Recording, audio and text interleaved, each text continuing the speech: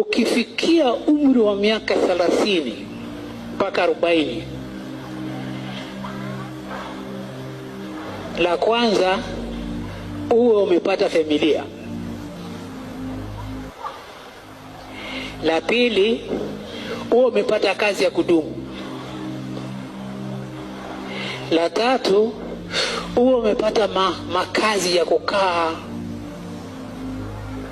kama ni nyumba umepata, kwa kazi kama kuajiriwa, kama ni kwa kujiajiri mwenyewe umepata.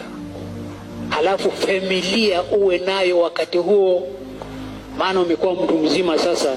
Vitu kama hivyo vinakutafuta wewe, vinakusubiri wewe. Kwa hiyo nakuambia leo hii, fanya yale mambo kabla siku zako, kabla ujana wako upo.